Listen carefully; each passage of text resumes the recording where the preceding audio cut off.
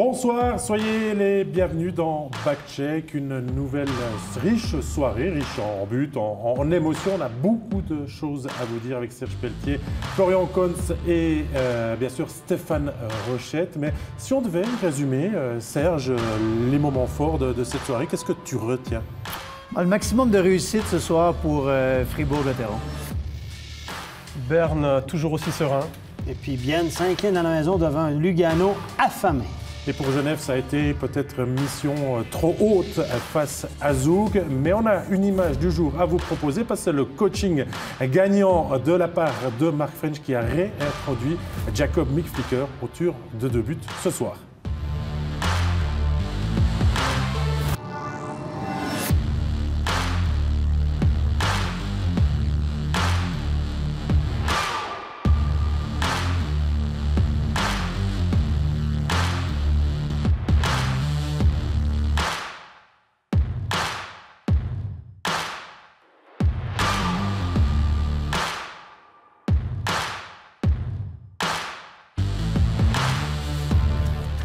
Bonsoir, on ne va pas perdre trop de temps dans ce début de Backcheck parce qu'il y a énormément de choses à montrer. À commencer par Bienne-Lugano, Bienne qui carbure un petit peu moins que d'habitude et Lugano qui se doit absolument maintenant de commencer à gagner des matchs et à les enchaîner aussi, ces victoires. Et les Tessinois vont ouvrir le score dans un début de match où Bienne, vous allez le voir, était totalement absent. Ça commence par ce premier but, Florian Cons, où Walker est seul pour aller battre Jonas Hiller. Oui, on voit Brunner qui perd le puck à la ligne bleue, alors que Brunner, tous les derniers matchs contre Lugano, il leur avait fait extrêmement mal contre leur ancienne équipe. Là, il leur fait un petit cadeau, et puis Walker qui va bien glisser le puck derrière Hiller. Mais Lugano ne va pas rester là. À peine plus de 6 minutes de jouer, Serge, il y a ce rebond un petit peu capricieux où les Biennois avaient anticipé déjà de partir dans l'autre sens de la patinoire et Tchorné a tout loisir d'aller inscrire le numéro 2.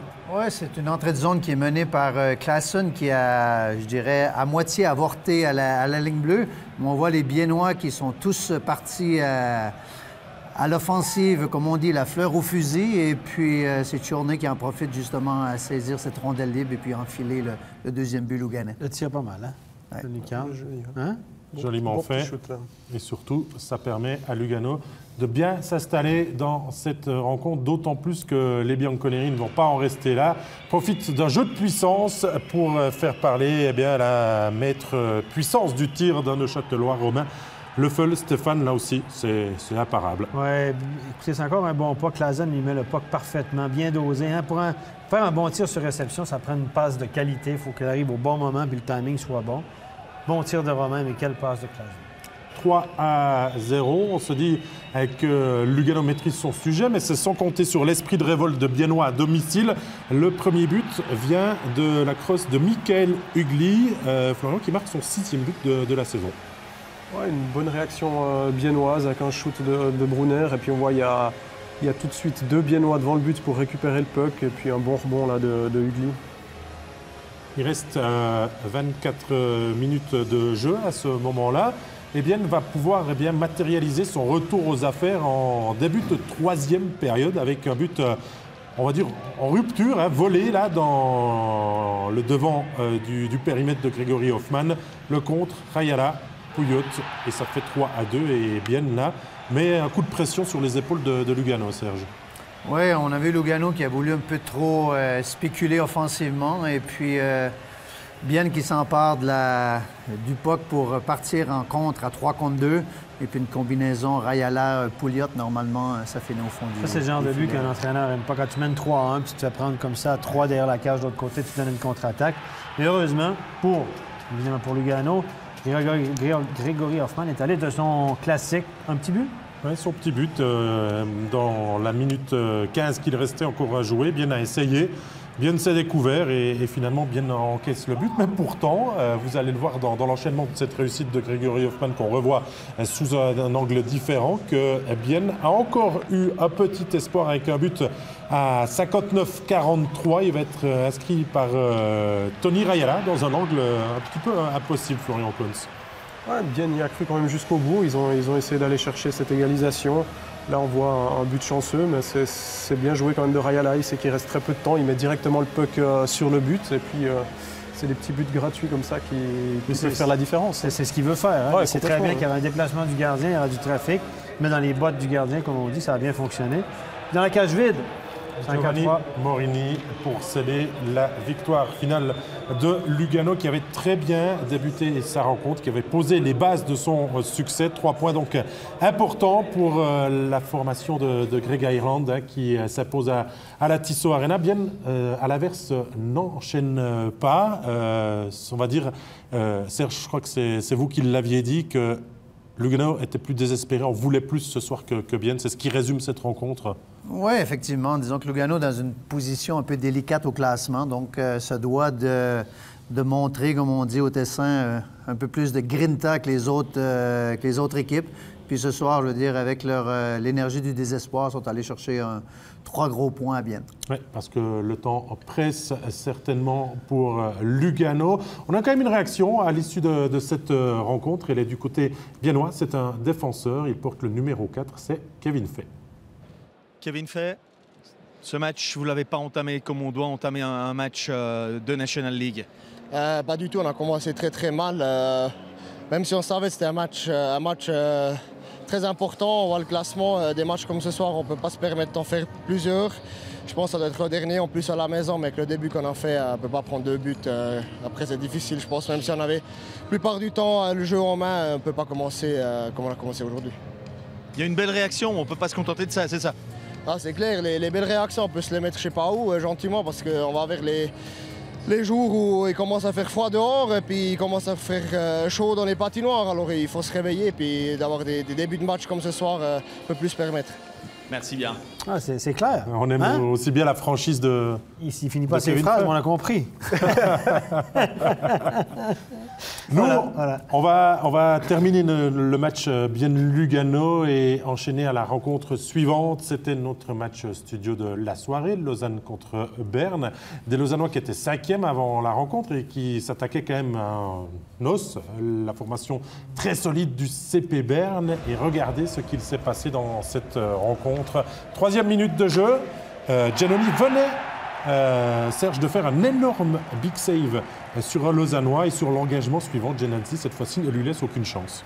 Oui, effectivement, aucune chance pour Leonardo Giannoli sur la séquence. Je pense que c'est un lancer à bout portant. Je veux dire, il est masqué aussi avec beaucoup de trafic devant lui après un engagement gagné de Lausanne. Donc, aucune chance pour Giannoli. Ensuite, depuis le 1-0, eh bien, Lausanne va enchaîner quelques largesses défensives et commence, Florian, le spectacle Marc Arcobello, le sang-froid du buteur américain. Ouais, c'est vraiment ça, c'est le sang-froid du buteur, l'efficacité. Il est seul dans le slot, il a peut-être 2 secondes pour prendre une décision et puis même on voit là qu'il a même pas regardé le but, il a l'instinct de glisser le puck. Celui-là, il est pour Turkirchen, hein, honnêtement. Entre les jambes. Ouais, c'est un but évitable pour le gardien, mais on voit aussi sur le deuxième, là, il fait un pas, il déclenche le shoot. Ça part vite quand même. Là, le gardien ne peut rien faire. Regardez, plein, il passe au-dessus de l'épaule et tout. Là, il a cette facilité Arcobello à trouver, pas beaucoup de temps, tac, le shoot, il part, c'est incroyable. Ouais, on se fait des politesses dans la défense lausannoise. Ensuite arrive le coach challenge qui valide la réussite. On avait essayé du côté de Ville Peltonen de faire office de ce point de règlement. Et là, le 3-1, ça va aussi très vite. On l'avait analysé, Stéphane, durant l'une des pauses, des joueurs lausannois fatigués sur la glace et derrière, il y a des espaces et Gaëtoras en profite pour inscrire le but du confort. Très bonne, hein? Textbook, une entrée de zone avec le 2 lève-2 qui rentre, fait reculer le défenseur. On est fatigué du côté de Lausanne, un mauvais changement. Et encore une fois, l'habilité de Gaëtan Haas, il met ça au-dessus de l'épaule du gardien, juste en dessous de la lucarne. Ça a l'air facile, mais ça ne l'est pas tant que ça. Nouveau but qui sera visionné à la vidéo, celui de Chiaroni, hein, de voler, Florian. Belle réactivité de la part de l'ancien Davosien. Ouais, Chiaroni, confiant, il aurait pu le prendre de la main et puis essayer de le glisser. Non, il a la confiance d'essayer de le prendre de voler. Après, on a parlé aussi pendant le match, c'est un petit peu là le jeu défensif lausannois. Il n'y a personne qui le prend et puis c'est quand même facile pour lui de le mettre au fond. Berne a fait la différence, Serge, il y aura le Sakin en powerplay. Qu'est-ce qu'il a manqué à Lausanne dans cette rencontre pour pouvoir vraiment peut-être regarder dans les yeux son adversaire du soir? Bon, j'ai vu un Lausanne ce soir débordé dans beaucoup de secteurs. Je veux dire, on voit ici à 4 contre 5. On a vu également tout à l'heure une à 5 contre 5 dans son territoire. Également, on donne un surnom sur le 3e but, une descente à 3 contre 2. Donc, c'est plusieurs éléments, justement, qui ont fait défaut du côté de Lausanne ce soir. Et puis, il va falloir revoir la copie du côté de Lausanne.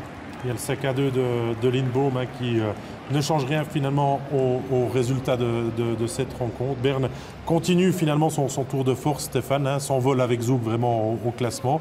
Et Lausanne ne fait pas forcément la bonne opération de la soirée. Non, évidemment. Faut pas que tu comptes de battre Berne ou battre des grosses cylindrées pour te remettre au classement. Mais ce soir, honnêtement, la différence entre les deux équipes était notable. Berne était vraiment au-dessus de Lausanne sur l'ensemble du match. Et là, on voit la différence au classement. Ce soir, c'était flagrant. Une équipe qui est vraiment dans le haut de tableau, qui est vraiment très, très bonne, bien organisée dans tous les compartiments de jeu. Presque une victoire facile, finalement. Et puis Lausanne, qui fait partie du lot, là, au milieu, où on ne sait pas trop du bon, du mauvais. On alterne le moins bon. Et le bon et le moins bon. Et voilà, c'est comme ça. Oui, on a une séquence. Il y en a eu plusieurs ce soir, des séquences litigieuses. Il y a une charge notamment sur Tim Trabert qu'on veut vous montrer. Elle n'est pas très jolie. On va la revoir sous différents angles. Là, c'est Jérémy Camerza qui bascule l'attaquant lausannois. Elle ressemble beaucoup à celle de Chervet. Pourquoi? Parce que le joueur de Lausanne est pourchassé déjà par un joueur de Berne. Et puis un troisième qui arrive en croisé en diagonale, il ne l'a jamais vu venir. Oui, Trabert a la tête en bas, comme Rowe avait la tête en bas, mais il arrive directement à l'épaule, le coude directement contre la tête. Honnêtement, il a reçu une très grosse sonnée contre la tête. Le choc est violent. Ouais. Et je pense qu'il y aura une sanction. Alors, je ne veux pas m'avancer ici ce soir encore une fois, mais ça ressemble beaucoup au geste de Chervet. Oui. Ces situations-là arrivent souvent lorsqu'on a un homme, justement, en repli défensif qui poursuit depuis derrière le porteur du puck. Et puis, on a le défenseur, justement, qui décide d'aller porter main forte, justement, au repli défensif. Donc, le joueur est concentré, justement, à contrôler le puck, à essayer de battre le joueur qui le poursuit derrière. Et puis, on a le défenseur qui vient le charger au même moment. Donc, c'est ça qu'on appelle un peu pas un peu, mais les blind checks qui sont très punis sévèrement à NHL depuis quelques années. Donc, c'en était un, justement, ici ce soir avec Camerset. Défaite, donc, 5-2 du Lausanne Hockey Club face au CP Berne. Voyons comment un joueur dans le camp vaudois explique cette défaite. C'est Étienne Froidevaux. Étienne Froidevaux, une défaite à domicile contre Berne. Un peu dommage, Lausanne était très bien entré dans son match. Oui, je suis d'accord. Je pense que c'est frustrant parce que nous, on leur donne un petit peu le début pour eux, pour aller chercher cette victoire. Et puis, on sait qu'on ne peut pas faire des erreurs comme ça contre une équipe comme Berne. Je pense que le mot qui est juste au moment, c'est frustrant, c'est clair. On voulait plus, on voulait montrer quelque chose au public, on voulait aller chercher des points. On n'a pas fait. Je pense que c'est surtout à dire qu'ils ont plus mérité. Puis nous, on n'était pas vraiment forts ce soir. Avec la défaite à Ambry, la défaite maintenant à domicile, est-ce que cette barre qui se rapproche, est-ce que ça vous fait du souci? Non, c'est clair, pas de souci, mais nous, on veut gagner, on a un but, et puis c'est les playoffs, et puis on connaît le classement très bien, on sait que c'est très serré, alors je pense pas qu'on a du souci, mais il faut jouer avec du colère dans le ventre, et puis faire mieux, c'est simple. Merci Étienne.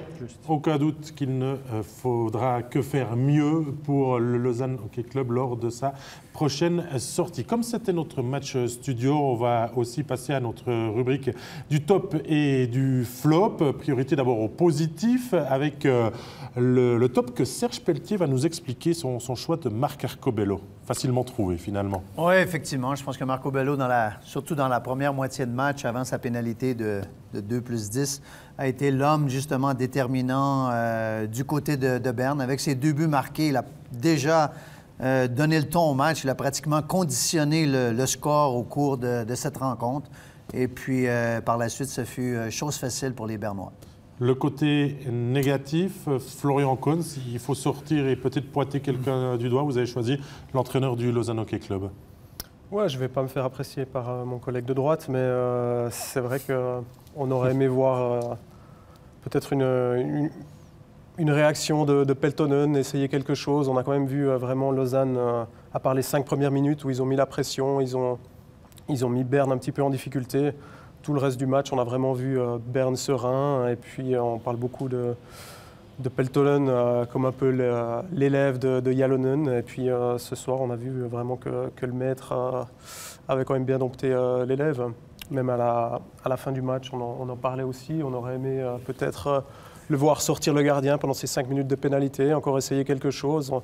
On ne voit pas tout depuis le studio, mais ça aurait été intéressant de voir un peu plus de réaction de ce côté-là.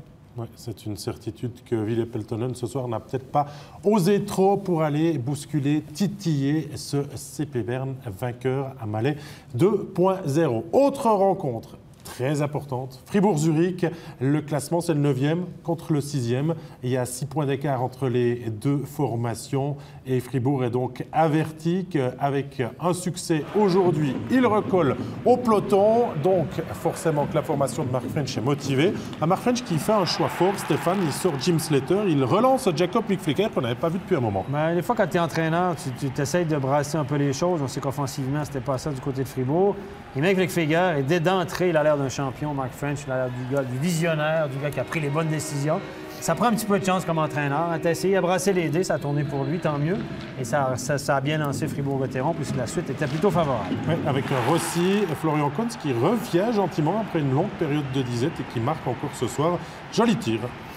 Ouais, c'est vrai qu'il a été un petit peu critiqué, il manquait un peu de production alors que c'est plutôt un buteur. Et puis là, il revient un petit peu. Puis là, c'est typiquement un but comme il les aime, avec un bon shoot au-dessus de l'épaule du gardien. Mais voilà, temps mort demandé par Arnaud Delcourteau juste après ce 2-0.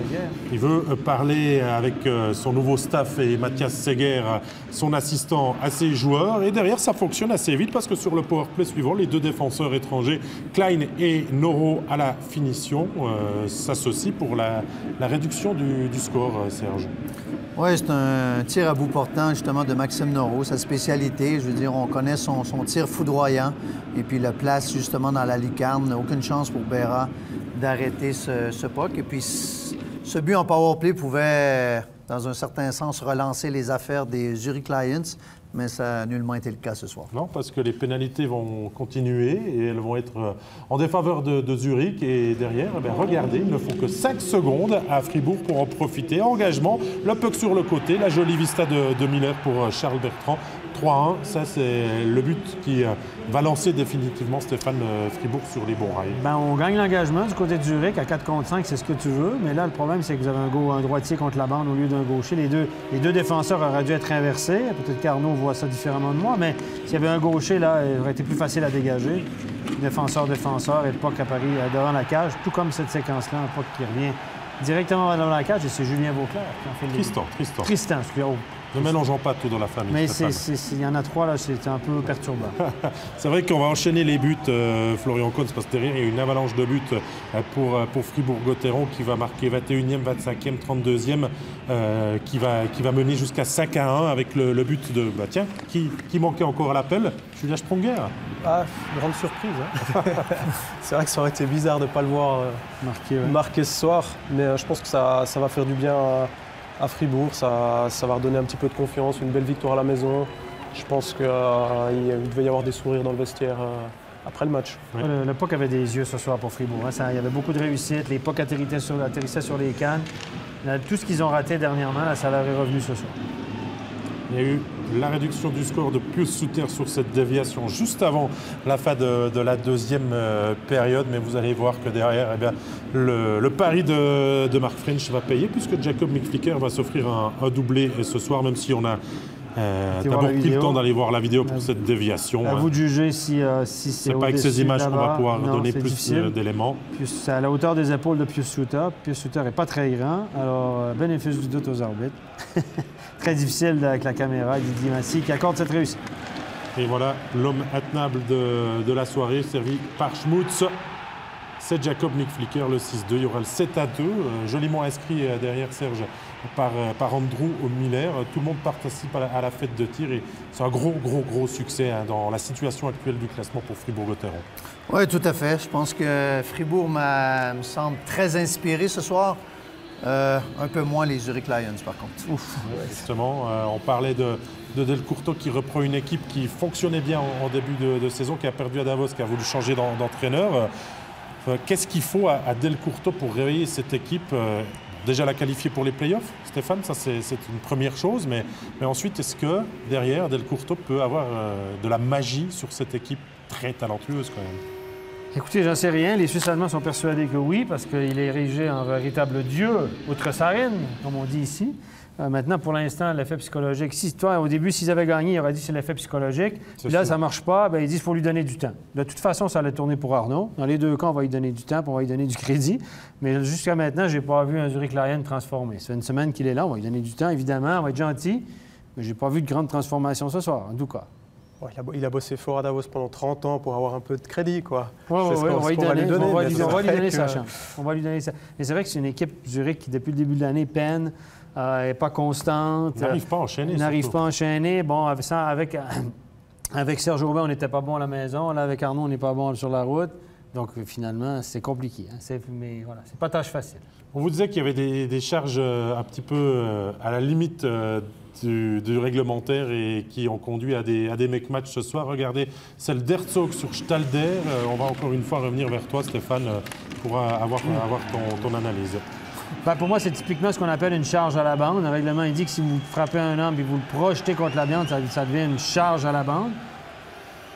Au niveau du contact, regardez, il a la rondelle, boum, c'est pas une charge tardive. Stalder sait très bien que son adversaire est là, il a vu du coin de l'œil. Au moment où il arrive, il est en déséquilibre. Ce qu'on peut dire peut-être, c'est que la charge vient un petit peu derrière l'épaule, légèrement par derrière, ce qui fait perdre l'équilibre vers l'avant. Pour moi, c'est pas si terrible que ça. Un peu un fait de jeu, je dirais. Ouais. Les arbitres ont pris une décision de 5 mètres match. Messieurs, votre opinion sur celle-là?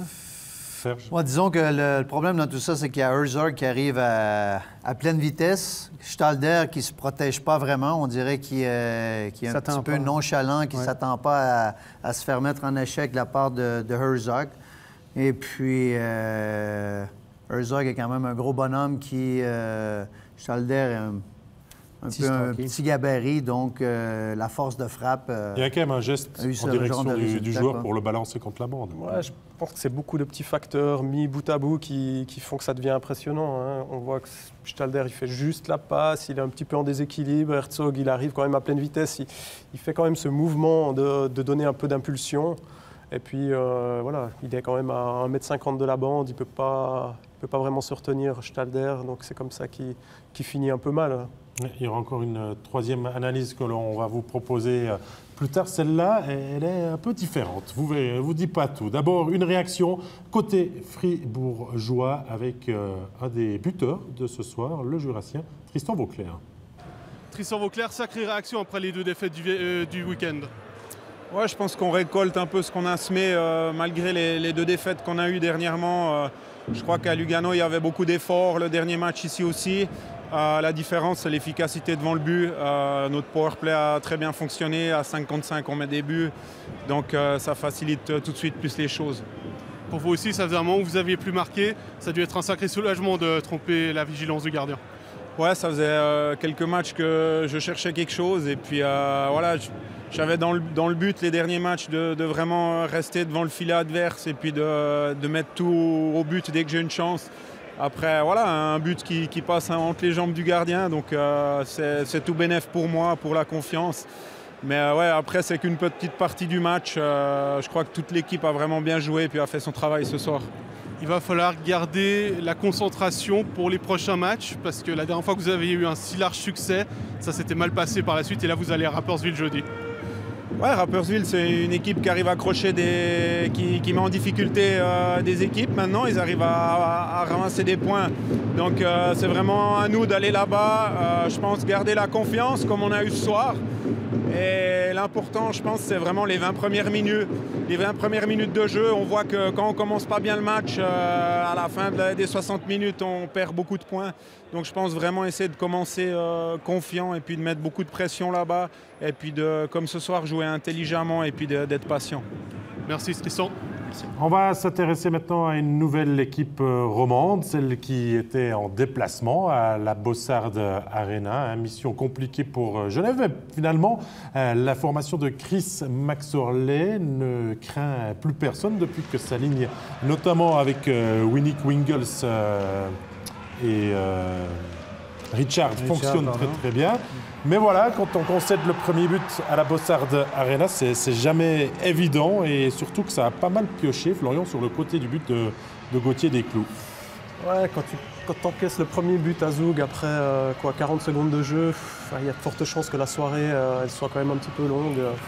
Surtout le gardien, ça ne met pas forcément en confiance. On vous parlait de Wingels, il est à la passe pour l'égalisation de Genève Servette en power play. Caste défenseur qui dévie ce palais devant Schliemann, Serge. Oui, tout à fait. Je veux dire, on a vu que Casse, justement, qui était utilisé comme défenseur, a glissé dans l'enclave, justement, pour établir cette structure de 1-3-1 sur le power play, puis il en profite, justement, pour dévier le tir de Volmin depuis la ligne bleue. 1-1 après 20 minutes de jeu, c'est très bon pour Genève à ce moment-là, sauf que le retour des vestiaires ne se passe pas du tout comme prévu pour les Aigles. Regardez, c'est une nouvelle fois dans cette première minute de jeu. Comment on explique ça? Un but après 41 secondes, un but après 20-53 et c'est Alatalo le buteur, Stéphane. Oui, Alatalo, écoutez, on en parlait avec Serge justement, c'est tout un joueur de hockey, un défenseur à caractère offensif, qui a une super vision du jeu. Quand tu prends un but d'entrée comme ça, tu peux dire qu'on n'était pas prêt, mauvaise... En plus, tes coachs, tu as démarré le tiers avec ton bloc de Richard, qui est ton meilleur bloc, tu prends un but. Et là, c'est pas très bon. Et Garrett Lowe, par la suite, est allé d'une superbe pièce de jeu, vous l'avez vu. Pleine lucarne. C'est ça, c'est un joueur qui ressemble beaucoup à Marc Arcobello. Hein? Juste qu'il est gaucher. Petit gabarit, beaucoup de vitesse en entrée de zone, arrive à toucher la cible rapidement, sous pression. Et voilà, le tir était pareil. Oui, parce que ça va se compliquer. Hein. Depuis ce but de Garrett Lowe, c'est 31-24. Et en 1,46, Zug, Florian va inscrire 3 buts, Rowe par 2 fois et Saint-Heller, là, que l'on va voir inscrire le 4-1. Là, Genève a coulé à pic. Oui, complètement. Hein. Je pense que là, Zug, ils ont décidé d'accélérer un petit peu. Et puis Genève n'a pas résisté. Et puis contre cette équipe-là de Zug, ô combien efficace devant, ça a laissé aucune chance à Desclous et à la défense. Oui, ça, on aimerait comprendre quelque chose. Cette équipe de Zug, elle a quand même eu énormément de pépins, énormément de blessés. Maintenant, il y a Tobias Stefan qui fait défaut. On n'a jamais eu l'impression qu'elle a été bousculée, ébranlée et qu'elle continue son petit bonhomme de chemin. Oui, effectivement. Bon, c'est une équipe, justement, quand tu as beaucoup de profondeur dans une équipe, ça t'aide énormément à passer ces genres de tempêtes-là au cours de la saison. Donc, même si c'est un club qui n'a pas été épargné par les blessures cette saison, ils ont passé à travers plusieurs secousses et puis ça n'a pas trop paru. 5-1, Garrett Lowe, temps mort demandé par Chris Maxorley qui en avait certainement trop vu. Genève qui sauvera à l'honneur avec une deuxième réussite. C'est Jack Skilly qui marque le 5-2 final. On disait la Bossard Arena, c'est très difficile pour toutes les équipes, Stéphane, et Genève n'a pas réussi à créer la surprise. Ils avaient battu Zug au Vernet, ouais. Mais à la Bossard, c'est trop dur. Zug, il me semble que c'est toujours... ça finit toujours par un genre de même résultat et je trouve que Zug est vraiment... C'est un long fleuve tranquille, hein, Zug, ça s'en va toute l'année. On a eu des tempêtes, comme tu l'as dit, il y a eu des blessés. On n'a pas joué avec 3 et 4 étrangers régulièrement. Rowe a été loin un moment, McIntyre est encore loin, Klingberg est blessé, on a perdu Stahlberg. Tout va bien. On est encore dans les 2 premiers. On voit que du côté de Zug, c'est dans leur DNA. Je veux dire, on dirait qu'il n'y a rien qui peut leur arriver. Je veux dire, il y a le gardien qui est blessé, l'autre prend la relève. Il y a un étranger qui sort et on joue seulement en 3. Ça continue à fonctionner. Les joueurs suisses, Alatalo, Marchini, il y a tout le monde qui est un peu au rendez-vous. Souvent, je veux dire, quand on ne marque pas de but, on est souvent là à blâmer l'exécution. Mais je pense que ce soir, il faut quand même donner le crédit à l'exécution de Zug parce qu'il y a eu des belles pièces de jeu franchement bien exécuté. Oui. Allez, messieurs, c'est l'heure de l'acte 3 des mauvaises charges de la soirée qui ont conduit à des pénalités de 5 plus 20 minutes. Et celle-ci, on la comprend peut-être pas vraiment. On n'a pas peut-être les bonnes images, Stéphane. Non, je pense qu'on a les bonnes images, vous allez le voir, mais Rubin en rajoute. Là, regardez, Schlumpf ne fait strictement rien. C'est Rubin qui coupe au centre et lui accroche à peine la visière, je dirais. Il a fait un petit massage de la visière. Et évidemment, Vukovic veut s'en prendre à Schlumpf, lui qui était loin, qui a probablement vu comme les arbitres un geste dangereux. Mais là, je pense que Rubin a eu... Soit il a eu très, très peur et puis s'est fait une frayeur lui-même, ou soit il a fait un cinéma pas possible. Mais je pense que là nous, on l'a analysé au ralenti, puis on voit franchement pas... Schlumpf se retourne, il ne fait aucun geste. C'est plutôt la visière qui effleure l'épaule, rien. Ouais, c'est vrai qu'on aimerait voir un peu l'angle depuis de l'autre côté, mais sur ces images-là, on a vraiment l'impression que Rubin essaye de passer, l'évite, il voit peut-être le coude qui lui passe devant, et puis là, on sent un petit peu quand même l'exagération, la canne qui s'envole, le triple Lutz. C'est peut-être ce côté théâtral qui pousse aussi les arbitres à exclure du jeu. Schlumpf?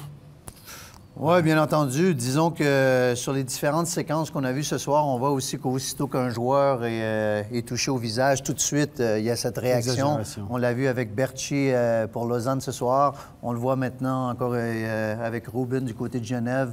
Donc, je pense que d'un certain côté aussi, on essaie un peu d'influencer l'arbitre en se mettant la main au visage, justement, parce qu'on sait très bien que les charges qui sont en direction de la tête sont punies sévèrement. Donc, on essaie un peu d'influencer l'arbitre, étant donné que les simulations pour plongeons et tout, ça a beaucoup diminué. Ouais, vrai, donc, on essaie d'une autre façon, justement, je ne veux pas dire d'intimider l'arbitre, mais plutôt de l'influencer. Ouais. Interview aussi à l'issue de cette rencontre d'un des joueurs de Chris Maxorley. Il s'agit d'Elliot Berton. Elliot Berton entame de première période et de deuxième difficile avec 2 buts encaissés, puis c'est 3 buts au milieu de la deuxième période pris en moins de 2 minutes.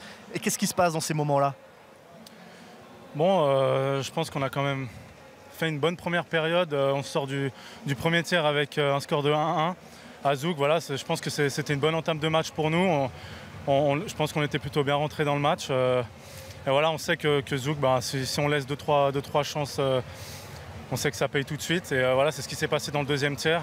Donc voilà, après, on a essayé de ne pas lâcher, essayé de travailler dur. Mais voilà, c'est clair qu'en face, on joue une bonne équipe qui est en pleine confiance, qui joue bien défensivement aussi. Donc voilà, je pense qu'un ensemble de matchs assez compliqué, mais on a des gros matchs qui arrivent, donc il ne faut pas s'arrêter là-dessus.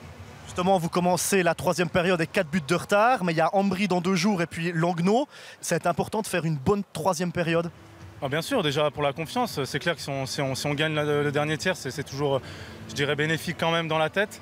Et puis voilà, on sait que dans le hockey, ça va très vite. Je veux dire, il y avait 5-1, bien sûr, mais voilà, on a eu quelques powerplays. Je veux dire, on ne sait jamais, il faut jouer 100% jusqu'au bout. Et voilà, ça ne nous a pas vraiment réussi ce soir, mais je crois qu'il faut garder la tête haute parce qu'on a deux gros matchs et ça va être très, très important. Merci beaucoup, Elliot Berton. Il reste encore 2 matchs à vous proposer, à commencer par Ambry face à Davos. Ambry qui était juste sur la barre, qui affronte un des 2 derniers de ce classement. Donc on attend une victoire du côté de la Wallachia. Et cette victoire s'est construite avec, bien sûr, la première ligne, messieurs, puisque Dominique Zwerger va s'offrir un très joli premier but et là, mettre un petit peu en misère la défense adverse, Florian. Une tasse de café. Ouais, comme on dit, un petit café là sur le défenseur. Zwerger, on connaît, il est en pleine confiance, là, il fait un beau petit râteau, après il arrive encore à la glisser du bout de la canne. Super. Ça fait plaisir à voir des actions comme ça. Inarrêtable, de sérieux. Et puisqu'on a eu Kubalik à la passe, eh bien maintenant Kubalik à la finition. Serge, peut-être dévié par D'Agostini là, qui passe devant Lindbeck et qui, en tout cas, le perturbe peut-être dans son intervention. Oui, effectivement. Il y a D'Agostini qui passe devant le gardien justement pour le voiler, puis on voit qu'il va toucher à son corps pour pouvoir dévier sur la gauche du gardien. 2-0 pour Ambry, on n'en reste pas là, 3-0, mais ce 3-0, il va prendre une éternité à être validé à la vidéo, puisqu'il y a ce joueur d'Avosia qui se jette de manière désespérée pour éviter le but, et les images, Stéphane, n'étaient pas suffisantes. L'arbitre n'a pas validé, M. Di Pietro. Non, sur la glace, il ne peut pas le voir. Regardez, lui, il est à droite, là, il va arriver, on ne le voit pas arriver, il va arriver dans notre écran. C'est le joueur d'Ambry qui a le meilleur vue là-dessus, regardez. Alors, honnêtement, on devine qu'elle est dedans. Si vous regardez la trajectoire de la rondelle, là maintenant, voilà. Là, on devine qu'elle est dedans, mais deviner ne permet pas d'accorder un but. M. Di Pietro est à droite, donc impossible pour lui de voir la rondelle. Et finalement, après une bonne session vidéo, presque un film au complet, on a un court-métrage, on va dire, on va être correct. Ils ont accordé le but.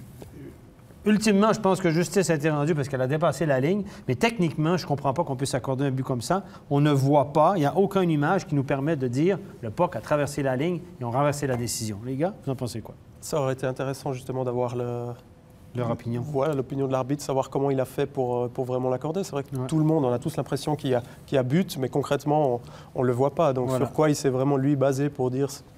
Tu feras 2-3 téléphones, Stéphane, après la rencontre pour aller appeler Alex Di Pietro et lui demander comment cela s'est passé. 3-0 pour Ambry, tout allait bien. Eh bien, regardez, il y a un Finlandais qui va se réveiller. Il revient gentiment en forme. Il s'appelle Perttu Lindgren sur ce lancer d'Heinen qui va lui permettre de marquer le 3-1, puis le 3-2, doublé pour lui. Et là, du coup, eh bien, à la Valachère, on est un petit peu moins serein, Serge.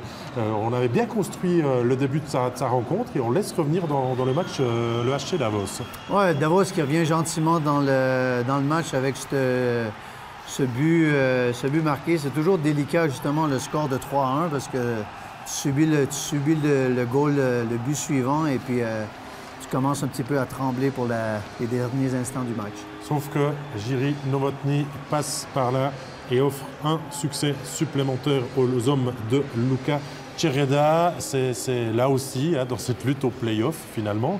L'équipe autour de la barre, ce soir, était motivée pour continuer de faire douter tout le monde et de rendre ce classement toujours plus fou, finalement. Ouais, on voit que... les équipes ont du cran, hein. Je veux dire, il n'y a personne qui lâche, tout le monde s'accroche, tout le monde prend ses points. Et puis, c'est vraiment ça qui fait la grande beauté de notre championnat cette année. Hein. Ouais. Alors, on va voir justement ce que Langnau a fait. C'est le dernier match face à Rapperswil à Lille-Fils.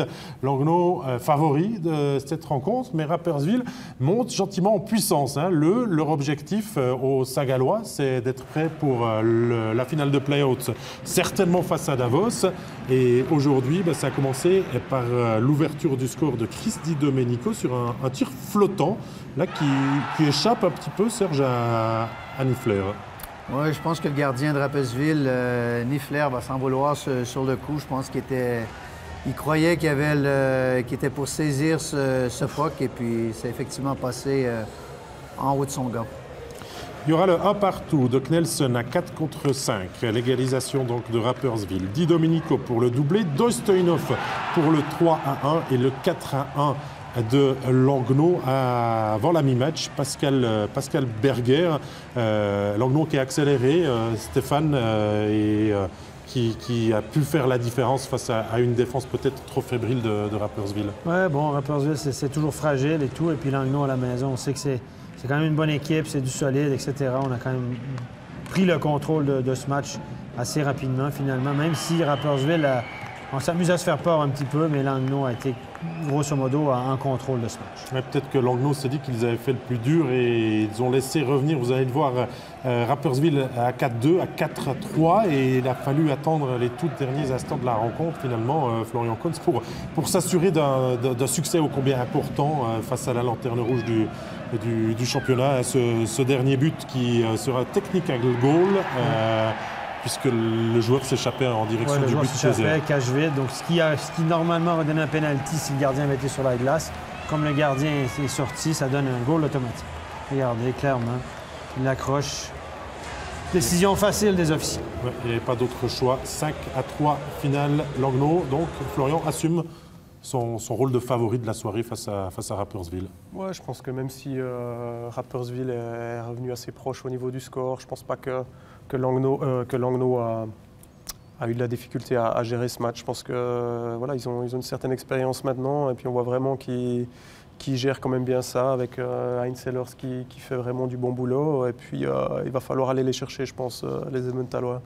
Comme on a tout passé en revue, il est temps de récapituler les scores et ensuite le classement de National League à l'issue de cette officielle 38e journée au compteur, avec la victoire d'Ambry à la maison contre Davos, le succès à l'extérieur de Lugano à la Tissot Arena. À la maison, Fribourg n'a pas fait dans le détail face à Arnaud Delcourteau et les ZST Lions. Lausanne qui n'a pas pu faire mieux qu'une défaite 5-2 face au CP Berne, et les deux succès à la maison de Longno et de Zouk face respectivement à Rapperswil et Genève Servette. Et au classement, on a toujours un petit peu cette même donne, deux équipes qui font cavalier seul, et derrière entre 60 points pour Longno et la 10e place à 52 points, il y a toujours 8 points d'écart. Bienne 4e, Lausanne 6e, Genève 8e et Fribourg 9e pour le classement des équipes romandes. C'est toujours extrêmement serré. On jouait également en Swiss League ce soir. On va aussi vous faire découvrir les résultats avec un carton. Passons directement à la deuxième ligne. Le 11-0 de Holton sur la glace des Getseke Lions. Victoire de Viège. Victoire très difficile d'Ajoie dans les dernières minutes après avoir été mené 2-0 par les Ticino Rockets. C'est Langenthal qui s'impose contre Turgovie. Du coup, au classement, Chaux-de-Fonds, qui était leader, recule un petit peu avant son match de demain. Serge et Holton Ajoie sont passés maintenant aux deux premières places. Langenthal, 6e équipe qualifiée pour les playoffs. Ça commence vraiment à bien se dessiner. Une congestion au sommet de la hiérarchie. Mais Serge, avant votre match demain à la Zoug Academy, on est sûr de rien dans ce championnat de Swiss League. Oui, effectivement. Au sommet du classement, je pense que tout est dans un mouchoir de poche. Donc, il va falloir gagner demain. Ouais. Et on aura le grand plaisir de vous proposer cette rencontre avec Entourage Studio dès 19h25. Sinon, la National League, ça revient jeudi avec 2 matchs au programme et vendredi avec une soirée pour le studio. Merci Serge Pelletier, merci Florian Conz, merci Stéphane Rochette, merci à toute l'équipe technique d'avoir participé à la bonne œuvre de cette émission. Je vous souhaite une très très bonne soirée et vous donne donc rendez-vous demain soir ici dans ce même studio pour de la Swiss League. Zoug Academy, Chaux-de-Fonds. Bye bye.